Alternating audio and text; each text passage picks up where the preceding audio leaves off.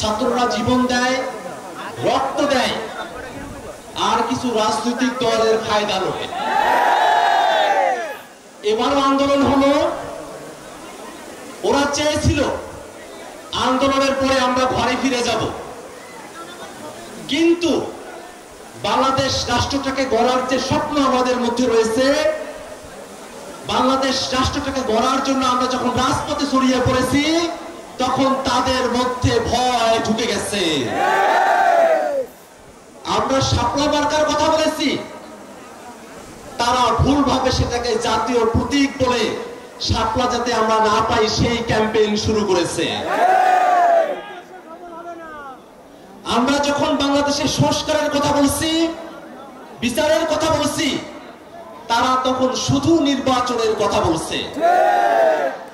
বাংলাদেশে যদি আগের হাসিনার সিস্টেমই থাকে, হাসিনার সংবিধানই থাকে, হাসিনার বিচার বিভাগই থাকে, হাসিনার প্রশাসনই থাকে, তাহলে আমাদের নতুন করে বাংলাদেশ গড়ার যে স্বপ্ন, সেই স্বপ্ন কি বাস্তবায়ন হবে? আমরা বলছি সংস্কারের আলাপ এখনো টেবিলে আছে। সংস্কারের আলাপ টেবিল থেকে আপনারা রাজপথে আনতে বাধ্য করবেন না। সংস্কারের আলাপ যদি আপনারা টেবিলের আলোচনায় সম্মত না হন, বাংলাদেশের মানুষ জুলাই অভ্যুত্থানে যেভাবে রাজপথে নেমে এসেছিল সংস্কারের দাবিতে, তার থেকেও বহুগুণে তারা রাজপথে নেমে আসবে ইনশাআল্লাহ। বাংলাদেশের মানুষেরা দীর্ঘ সময় ধরে স্বাধীনতা সার্বভৌমত্ব লড়াই করে এসেছে।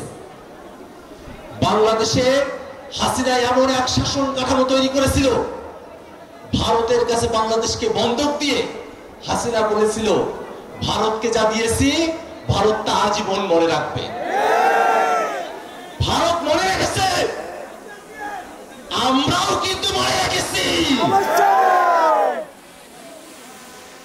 বাংলাদেশের মানুষের উপরে সরাসরি গণহত্যা চালিয়ে শেখ হাসিনা ভারতে আশ্রয় দিয়েছে। আমরা ভারত সরকারের কাছে বিনীতভাবে আহ্বান জানাবো, বাংলাদেশের গণহত্যাকারী, মানবতা বিরোধী অপরাধী, হাজারো খুনের খুনি শেখ হাসিনাকে বাংলাদেশের বিচার বিভাগের কাছে সোপর্দ করতে হবে।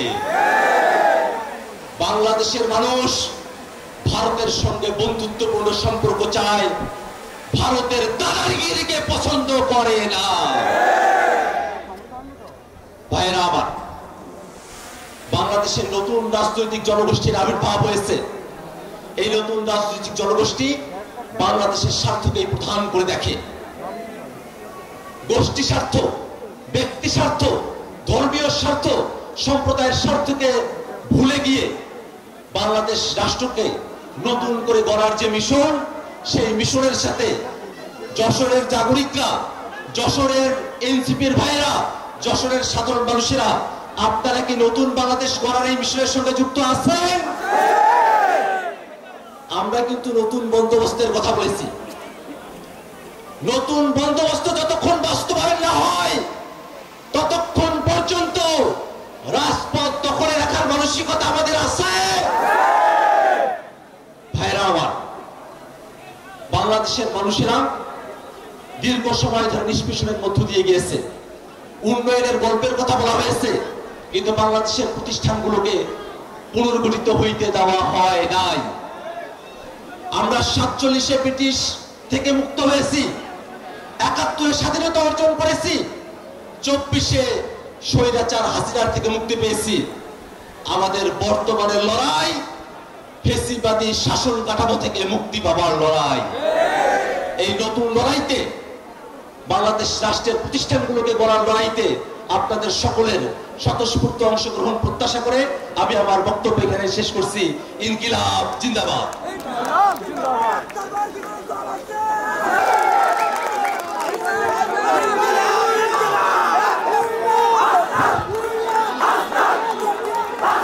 আসসালামু আলাইকুম ওয়া রাহমাতুল্লাহি ওয়া বারাকাতুহু।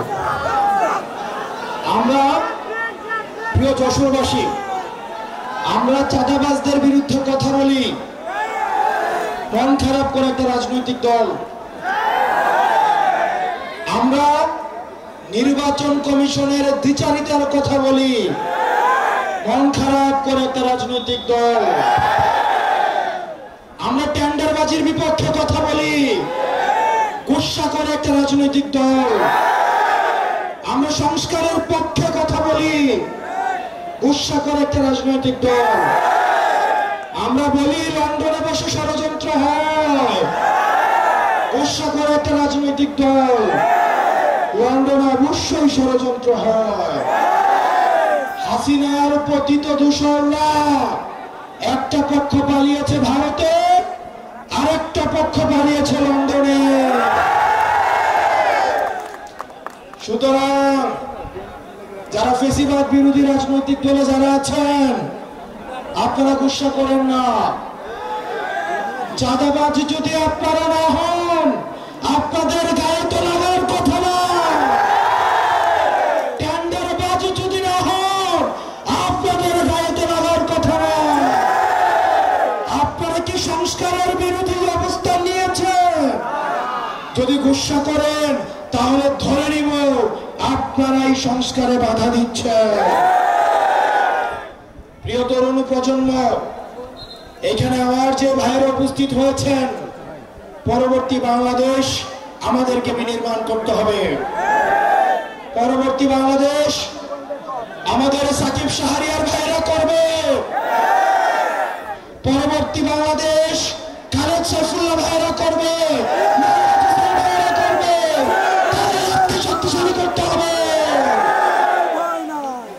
ভারতে বসে, লন্ডনে বসে আওয়ামী লীগের পতিত দূষণরা এখনো পর্যন্ত ষড়যন্ত্র করে যাচ্ছে।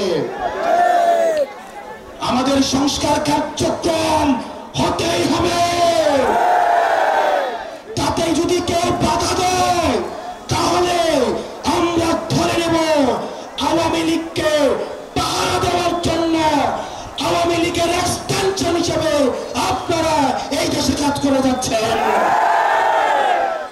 প্রিয় যশোরবাসী, ৭১ সর্বপ্রথম যে জায়গাটা স্বাধীন হয়েছে সেটা হচ্ছে যশোর।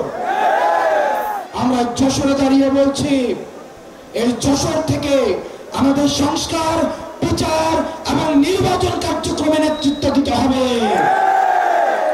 অত্যন্ত সুপরিকল্পিত ভাবে এনসিপি কে নির্বাচন বিরোধী বানিয়ে দেওয়া হচ্ছে। আমরা এনসিপি সবচেয়ে প্রগতিশীল এবং নির্বাচনের জন্য সবচেয়ে যদি কেউ কথা বেশি বলে থাকে সেটা হচ্ছে এনসিপি। আমরা এনসিপি সংস্কার চাই, আমরা এনসিপি বিচার চাই, আমরা এনসিপি নির্বাচন চাই। আর একটা দল রয়েছে তারা কেবল নির্বাচন চায়। আমাদেরকে তিনটাই দিতে হবে। আমাদের সংস্কার দিতে হবে, নির্বাচন দিতে হবে, বিচার করতে হবে। তিনটাকে একসাথে করতে হবে। আর তারা শুধু একটা যাচ্ছে, তাদের দুর্বিসন্ধি রয়েছে। তারা নির্বাচনও চায় না, তারা বিচারও চায় না, তারা সংস্কারও চায় না। প্রিয় যশোরবাসী, আমাদের ঐক্যবদ্ধভাবে আমাদেরকে পরবর্তী বাংলাদেশের নেতৃত্ব দিতে হবে। পরবর্তী যে এই সংকটগুলো ঘনীভূত হচ্ছে সেগুলোতে আমাদের একসাথে লড়াই করতে হবে। আমরা সে লড়াইয়ের জন্য প্রস্তুত আছি। আলেম সমাজ প্রস্তুত আছে। ইনকিলাব ইনকিলাব।